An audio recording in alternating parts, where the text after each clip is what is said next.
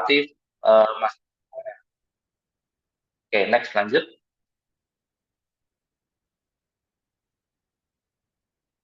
Kemudian masa kehamilan. Nah, untuk haji itu khusus ya. Jadi usia kehamilan yang dibolehkan adalah 14 sampai 26 minggu.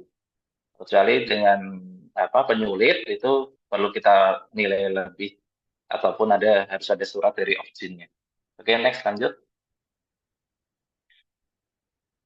Nah, ini medical clearance dari SUTA. Nanti setelah hasilnya dari tadi pertimbangan akan keluar hasilnya seperti ini nanti. Dia layak atau tidak layak. Nah, dari teman-teman PAD yang penting adalah sudah bisa melabel jemaah-jemaah yang risti. Kemudian kalau memang ini kelihatannya memang jemaahnya perlu penilaian yang lebih spesifik, tolong laporkan ke petugas dari BPK Kasuta. Jadi kami akan coba rujuk lagi ke rumah sakit haji di Pondok Gede. Seperti itu. Oke, next lanjut. Kemudian inflat, yaitu dalam penerbangannya. Jadi ada beberapa risiko gangguan kesehatan selama perjalanan haji. Yang pertama bisa hipoksia, yang kedua DVT, hipotermi, dehidrasi, mabuk udara, yang terakhir rapid gas. Oke, next lanjut.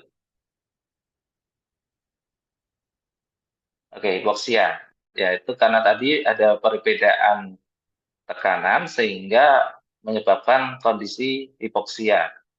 Eh, hal ini wajar hipoksia ringan untuk jemaah haji yang sehat itu dia bisa mengkompensasi.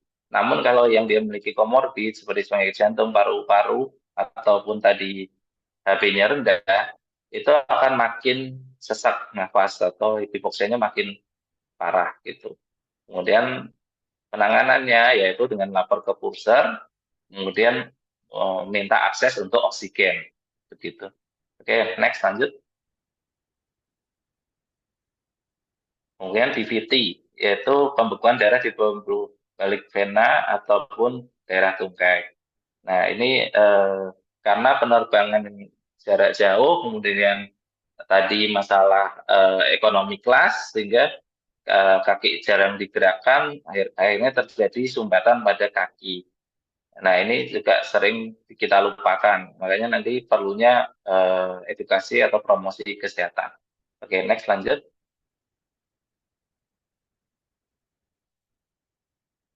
Ya, lanjut, next.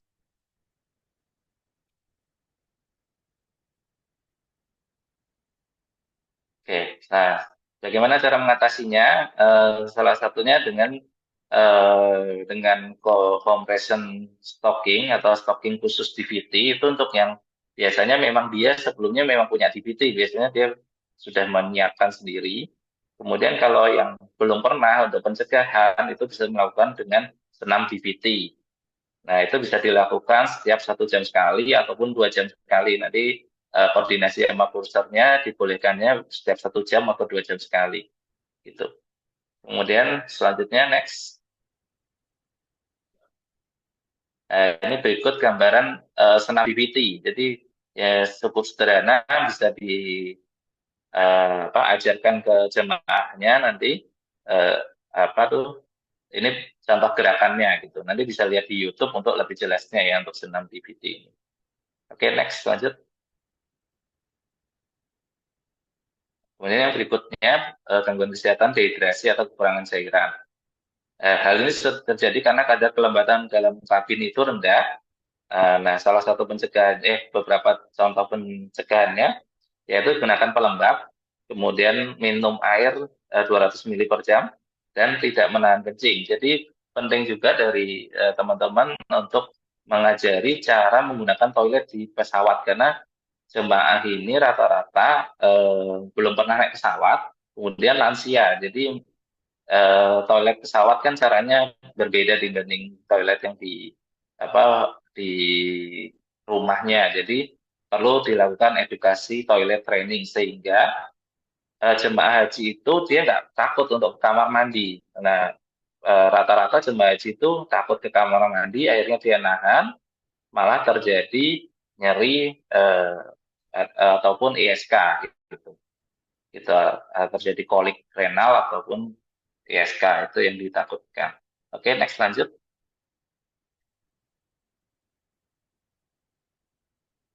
Oke, slide berikutnya. Next. Ya, yang berikutnya hipotermi. Jadi kondisi ketika suhu tubuh turun drastis hingga di bawah 35. Jadi ada beberapa jemaah itu yang memiliki keyakinan menggunakan apa baju ihramnya sudah dari tanah air. Nah, ini menyebabkan berisiko hipotermi gitu karena suhu yang dingin, kemudian dia dengan pakaian terbuka, kemudian rata-rata lansia, nah itu menyebabkan hipotermi. Nah, hipotermi ini bisa menyebabkan banyak penyakit yang lain gitu. Oke, next lanjut. Nah, ini salah satu beberapa contoh caranya ya. Jadi bisa menggunakan baju tebal, kemudian minum air yang hangat, kemudian senam peragangan seperti itu, atau menggunakan kayu putih atau balsam. Oke, next lanjut. Nah, mabuk udara. Nah, ini juga sering untuk yang jemaah yang belum pernah naik pesawat sama sekali gitu. Ya, itu bisa menyebabkan mabuk udara.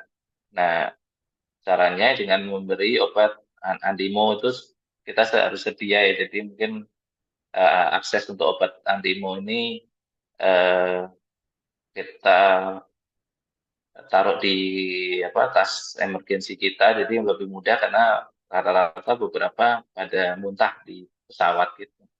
Kemudian konsumsi makanannya jangan yang banyak mengandung gas sebelum penerbangan. Kemudian kacang-kacangan, kemudian kayak kopi, durian, dan sebagainya. Kemudian minuman soda, ataupun makan makanan yang pedas itu bisa menimbulkan gas. Gitu. Atau makanan yang asam dan mengandung susu itu juga tidak boleh.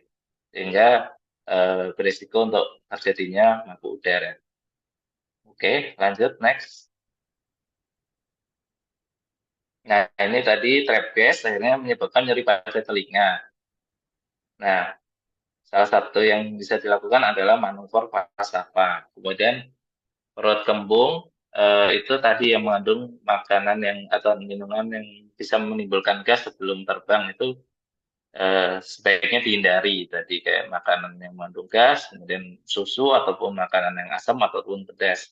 Itu harus dipromosikan kesehatannya ke jemaah. Oke, next lanjut. Oke, ini penanganan trap gas ada manuver Falsafa dan Roindi ini. Kalau bisa teman-teman harus bisa menguasai ini sehingga saat kondisi nyeri telinga pada jemaah, hal ini bisa dilakukan. Jadi bisa mengurangi nyeri pada telinga. Oke, next lanjut.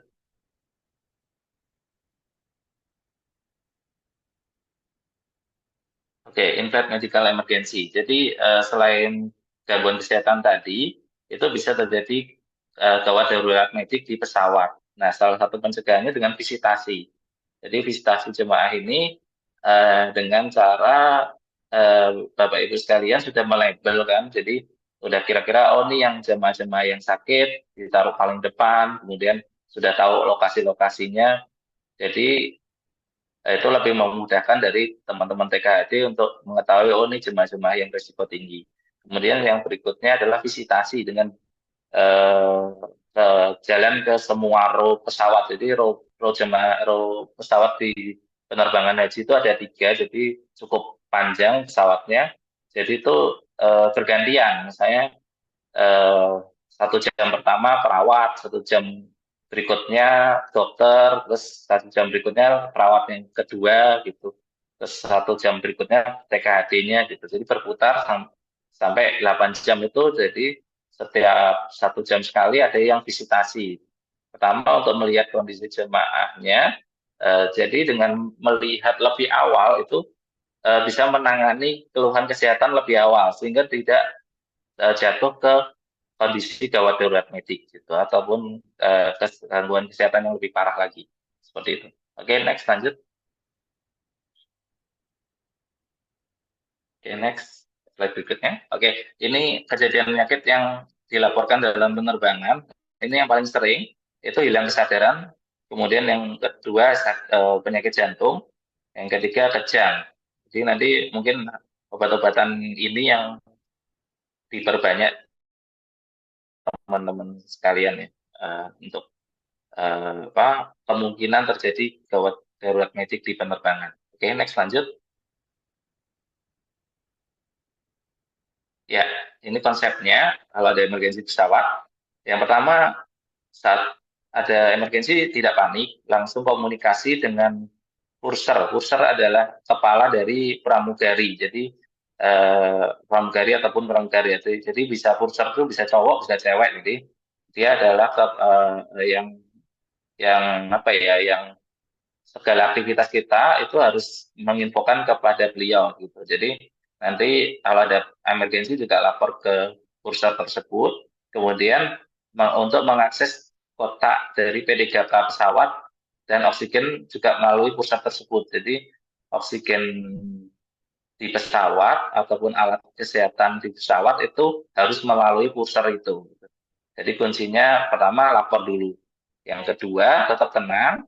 Kemudian dokter di sini berperan sebagai leader. Jadi dalam penanganan emergensi tetap sebagai leadernya. Kemudian kita baru melihat jamaah ini kegawatannya apa. Tetap konsepnya tetap sama ya, apa pastikan lokasinya aman dulu, kemudian ABC tetap dilakukan seperti itu. Kemudian setelah tertangani kegawat daruratannya, jangan lupa lapor lagi ke kursernya. Nah, nanti kursernya itu akan lapor ke pilotnya gitu. Jadi nanti dari situ kurser ataupun pilotnya akan memutuskan apakah jemaahnya ini dibawa terus sampai ke tanah air ataupun dia akan mendarat di tengah ataupun kembali ke tanah air ke Indonesia lagi itu segala keputusannya nanti dari kursus sama pilot nanti berdasarkan dari pertimbangan dari dokter gitu. Oke, next lanjut. Nah, ini perlengkapan medis yang di pesawat. Ini standar perlengkapan medis yang ada di pesawat. Ya, ini nanti sudah ada, sudah saya share ya presentasinya. Nanti eh, ini beberapa alat-alat yang pasti ada di pesawat. Nah, ini misalnya teman-teman mau menggunakan itu bisa. Jadi tinggal minta ke purser tadi, kemudian men-checklist apa aja yang mau diambil, terus nanti tanda tangan gitu. Nanti dari pursernya itu mempersilahkan untuk ini. Jadi ini beberapa alat-alatnya. Oke, next lanjut. Ya, lanjut, next. Ya, ini obat-obatannya, ya, injeksi dan sebagainya. Oke, lanjut, next. Ya, ini untuk itu bahan habis pakainya dan alat-alatnya juga. Oke, next, lanjut. Ya, ini kalau ini tas kloter, jadi yang dibawa dari embarkasi haji. Jadi Bapak Ibu sekalian juga dimodalin tas kloter dari Puskes Haji atau Kemenkes ya, berupa seperti ini. Nah, dari first aid tadi, kemudian tas kloter ini, kalau merasa, oh obatnya ada yang kurang nih, biasanya saya pakai obat ini. Nah, itu bawa sendiri. Jadi yang ada yang disediakan seperti ini. Jadi tas kloter sama first aid di pesawat tadi. Gitu. Jadi kalau ada yang kurang, ya berarti melengkapi sendiri. Gitu. Oke, next lanjut. Nah, ini kalau ini oksigen. Jadi oksigen di pesawat berbeda dengan yang di darat gitu, ataupun yang kita pakai biasanya di klinik.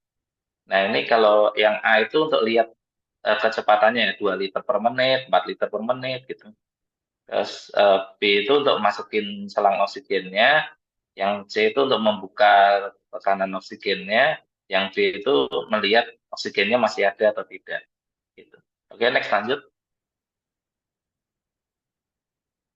Nah, ini post flight. Jadi setelah penerbangan tadi sekitar 90 jam itu ada beberapa gangguan kesehatan yang dapat terjadi seperti jet lag, fatigue, gangguan mobilitas ataupun gangguan darurat medis.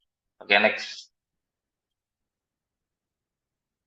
Lanjut. Oke, jet lag ya. Jet lag ini suatu kondisi yang penyesuaian karena waktunya lebih cepat daripada sebelumnya. Nah, ini terutama terjadi kalau ke arah barat. Nah, ke apa Arab Saudi itu perjalanan ke barat. Jadi kemungkinan terjadi jet lag bisa terjadi. Nah, salah satu pencegahannya adalah ini, minum air putih minimal 200 ml per jam. Kemudian kalau bisa terjaga 1 jam sebelum mendarat. Jadi kalau bisa 1 jam sebelum mendarat, jangan tidur. Nah, itu salah satu pencegahan untuk jadinya jet lag. Oke, next lanjut. Ya, fatigue. Nah, jet lag tadi juga bisa menyebabkan fatigue tadi. Nah, kondisi penurunan kemampuan fisik ataupun mental sehingga dia rasanya tuh kurang tidur terus gitu dan capek terus gitu. Nah, itu bisa terjadi karena penerbangan yang panjang tadi 9-10 jam. Oke, next lanjut. Nah, ini salah satu penanganannya, istirahat yang cukup, minum air putih yang cukup, terus jangan langsung ibadah umroh dulu, misalnya itu istirahat berapa jam dulu, baru umrohnya mungkin malamnya gitu. Oke, next lanjut. Nah, ini konsepnya dalam post lab. Yang pertama adalah visitasi. Jadi 1 jam sebelum mendarat itu penting untuk visitasi terakhir, yaitu untuk melihat jemaah itu ada yang sakit atau butuh emergensi atau tidak. Nah, kalau ada, itu langsung lapor ke pusar untuk disediain ambulan. Kemudian yang kedua, visitasi itu penting untuk jemaah, misalnya yang butuh kursi roda ada berapa. Kemudian apakah butuh oksigen juga atau tidak. Nah, itu pentingnya visitasi yang terakhir. Yang kedua tadi, koordinasi pusat tadi tentang evakuasi jemaah yang sakit ataupun butuh alat kesehatan tertentu, kursi roda, oksigen, atau sebagainya. Kemudian koordinasi dengan tim kesehatan bandara. Jadi di bandara itu ada PPIH, yaitu yang pertama tim kesehatan bandara, yang kedua ada PEMS. PEMS itu tim emergency. Jadi eh, kita koordinasi dengan mereka kalau misalnya ada kondisi.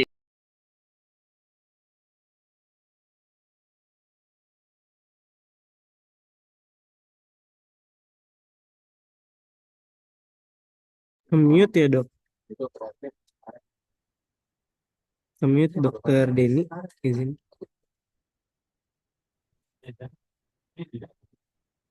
Mute dok. Ya. Iya, halo, gimana? Oke. Jadi kalau pas menurunkan jemaah itu penting juga pengaturan dalam pengaturan petugasnya. Jadi yang row pertama itu kalau bisa didampingi oleh perawat sama eh, misalnya pembimbing agama misalnya gitu. Yang row kedua itu perawat yang kedua dengan em, apa tuh namanya, pemimpin kloter atau ketua kloter. Ya, yang row ketiga itu baru yang dokter nikahan.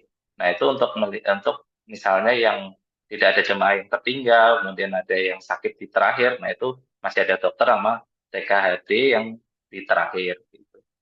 Nah, itu pentingnya. Kemudian kesimpulannya hari ini yaitu pertama untuk pre-flight pentingnya adalah penentuan layak terbang tadi.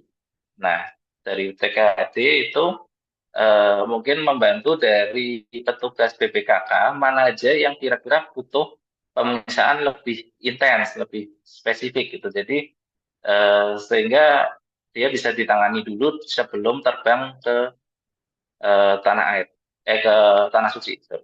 Kemudian yang kedua itu pada pelayanan medik yang di penerbangan. Kesimpulan yang kedua. Nah, itu yang penting adalah visitasi tadi. Visitasi yang berkala tadi itu mencegah eh, keluhan kesehatan yang lebih parah. Jadi dengan ditangani lebih awal itu apa tuh kemungkinan terjadi emergensi itu lebih sedikit. Yang ke- yang kedua juga penting juga adalah penyuluhan kesehatan tadi kayak senam DPT, kemudian toilet training dan sebagainya. Kemudian yang ketiga adalah efek dari lamanya perjalanan atau postplat, yaitu sekitar 9 jam tadi untuk diwaspadai terjadinya beberapa gangguan kesehatan juga seperti jet lag tadi, kemudian ataupun emergensi medis. Oke, next lanjut slide berikutnya.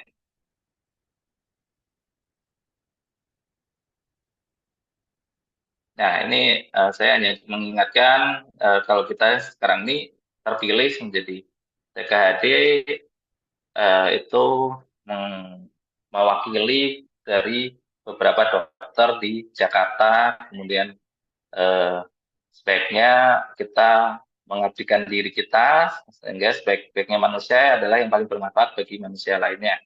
Oke, next lanjut.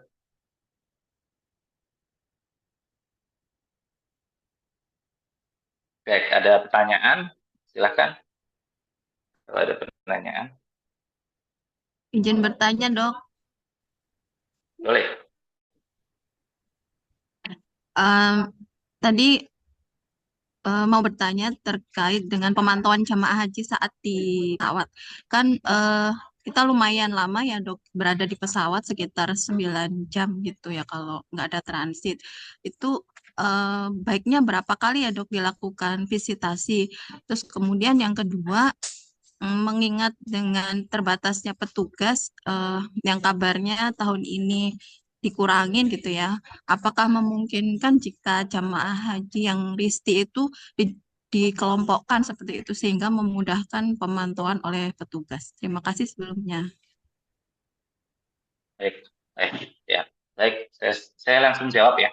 Jadi kebetulan saya kemarin kan PPIH 2024, jadi ada info terbaru. Memang bisa dikelompokkan di depan. Jadi kursi yang paling depan semua itu bisa kita komunikasikan melalui siapa? Melalui ketua kloter. Jadi dokter bisa komunikasi ke ketua kloter untuk oh ini yang resiko-resiko tinggi dikelompokin di paling depan. Nah, kemudian eh, yang di row pertama mungkin harus ada dokternya yang karena ya kalau isunya cuma satu tenaga atau dua ya kan satu TKI satu TKD misalnya gitu. Ya berarti kan em, jadi itu di, apa, di di row kedua misalnya gitu kan. Nah, kalau dikelompokkan itu bisa kalau tadi pertanyaannya itu. Yang kedua, berapa kali dilakukan visitasi bisa menyesuaikan. Kalau tadi misalnya cuma dua, berarti agak susahnya eh, memang idealnya itu 1 jam sekali dok. Jadi 1 jam sekali itu visitasi. Tapi kalau dokter menggunakan strategi, itu juga bisa menggunakan melalui karu dan karom. Dokter bisa mengoptimalkan karu dan karom. Itu selalu ada di jemaah haji. Nah, karu dan karomnya dokter edukasi. Kalau ada yang sakit, tolong lapor saya ada di depan. Gitu. Nah, itu salah satu strateginya biar misalnya dokter mengoptimalkan energi ya. Jadi karu dan karomnya ini. Tapi kalau memang bisa 1 jam sekali, dokter masih tidak kecapean 1 jam sekali itu idealnya seperti itu dok. Gitu. Terima kasih. Mungkin menambahkan satu lagi boleh ya, Dok? Boleh boleh. Eh, Tadi kan terkait dengan visitasi, masih terkait dengan visitasi, apakah ada checklist monitoring seperti itu yang memudahkan kita untuk istilahnya apa ya, melihat gitu ya, maksudnya memonitor para jemaah. Tadi kan disampaikan juga bisa dilakukan oleh Karu dan Karom yang notabene mereka mungkin bukan orang kesehatan seperti itu. Apakah ada checklist tertentu untuk membantu kita dong? Terima kasih. Ya, memang kalau checklist nggak ada sih dok. Makanya apa memang tujuannya Karu Karom itu cuma menyampaikan kalau ada yang ada keluhan gitu. Jadi keluhan seringan apapun jangan diabaikan intinya seperti itu. Karena mereka kan orang awam ya, misalnya cuma nyeri kepala, ternyata tuh mungkin cuma nyeri kepala, tapi ternyata mungkin awal stroke dan bisa ataupun apa gitu. Jadi intinya dokter setiap keluhan itu direspon itu aja.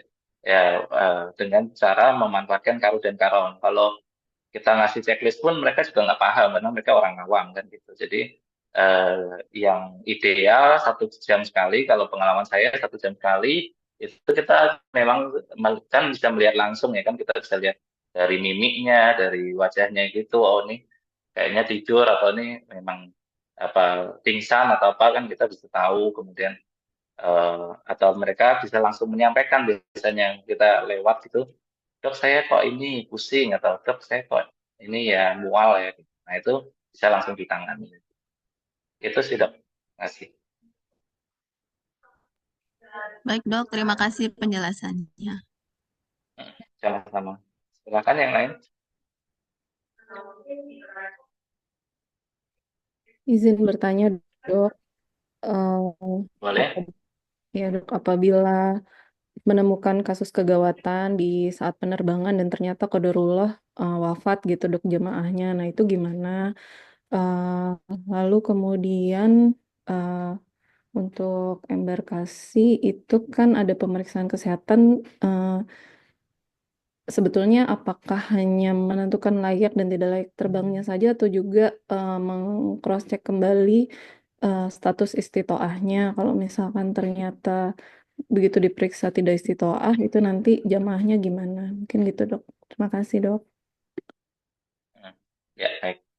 Ya kalau yang tahapannya memang yang utama, ini saya jawab yang istitoah dulu ya. Yang utama apa, layak terbang dulu. Nah, layak terbang. Tapi memang ada beberapa kondisi yang apa dia tidak istitoah pun kami bisa mereview ulang gitu. Kayak misalnya kelolosan di daerah terus ternyata apa dia tidak istitoah, kita akan review ulang, kemudian kita akan lapor ke Dinkes terkait, misalnya Dinkes Jakarta ya di Jakarta gitu.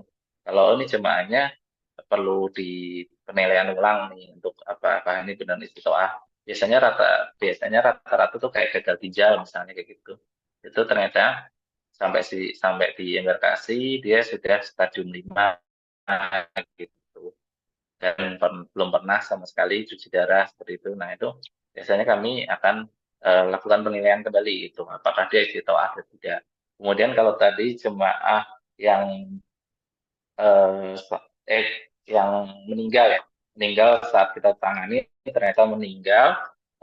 Yang pertama kita lakukan ya lapor dulu ke Purser kalau kondisinya dia meninggal. Kemudian nanti akan dari Purser akan diarahkan apakah tetap di kursi itu, kursinya penumpang tersebut. Kemudian dokter jangan panik, lapor ke karunya, biar karunya menjelaskan ke apa tuh penumpang di sekitarnya gitu. Kalau atau karomnya akan menjelaskan ke kalau jemaah itu meninggal. Jadi rata-rata jemaah haji memahami gitu. Jadi nggak masalah. Misalnya oh yang jemaah apa jenazah itu misalnya tetap di kursi itu. Tapi juga ada beberapa pesawat yang saya tahu di belakang itu memang disediakan untuk kursi lonjong panjang, gitu, apa ada 4 kursi itu memang untuk kalau ada yang meninggal, itu kursi paling belakang. Atau di pesawat SP itu di lantai atas ada memang khusus untuk kursi kosong itu memang untuk jemaah yang meninggal. Jadi semua dokter nggak usah bingung, lapor dulu ke pusat, nanti pusatnya yang nentuin apakah di kursi penumpang itu atau ada kursi khusus untuk jenazah. Gitu dok. Terima kasih. Ya, Oke. terima kasih Dokter Denny untuk penjelasan dan pencerahannya. Nah, mungkin ini karena waktunya sudah 11.46 ya dok, jadi mungkin izin kita masukkan ke main room untuk kalau misalnya ada sesi tanya jawab lagi. Izin untuk tadi slide Izin sholat izin Jumat, yang izin sholat Jumat. Ya, untuk yang sholat Jumat silakan. izin untuk yang itu slide yang terakhir ada penugasan itu diserahkannya hari ini atau atau besok waktu eh, apa tuh namanya Hmm. praktek. Ini mungkin penugasan dulu dipoto aja dulu ya. Ini eh, kelompoknya ada 3 ya. Nanti yang kelompok 1 mungkin bisa ditentukan sendiri. Ini kasus private mungkin ada yang foto atau screenshot. Ini kasus yang kelompok 1. Kemudian berikutnya apa sudah bisa bergeser ke Sudah, Dok. slide berikutnya. Oke, lanjut. Sudah, Dok, sudah. Lanjut kasus yang kedua implant. Nah, ini bisa difoto atau screenshot. Oke, berikutnya kasus yang post ini. Oke, nanti teman-teman sejawat dibagi 3 kelompok, terserah bebas. Nanti di pertemuan luring kita ini ya eh, presentasikan dalam bentuk PPT, lalu di apa tuh dipraktekkan ya atau dibikin peran gitu untuk kasus ini. Oke, gitu Mas. Bisa Baik, Dok. kembali ke Menlu. Waalaikumsalam warahmatullahi wabarakatuh. Dok, izin tanya ini kelompoknya berarti khusus dokter kan ya, Dok? Enggak, nanti digabung sama perawat. Oh, digabung sama perawat, baik. Berarti Nanti jadi yang bermain peran dokter sama perawat jadi baik, sama. baik, Dok. Sudah terbentuk 3 kelompok, Dok. Sebelumnya satu kelompok isinya 7 orang, nanti mungkin bisa menggunakan kelompok tersebut. Ya, boleh, bebas. Nanti pokoknya yang waktu luring itu langsung main peran sama langsung presentasi. Baik, Gitu aja. baik. Terima kasih, Dok. Oke, sama-sama. Ya, mohon izin untuk dikembalikan ke breakout room ya.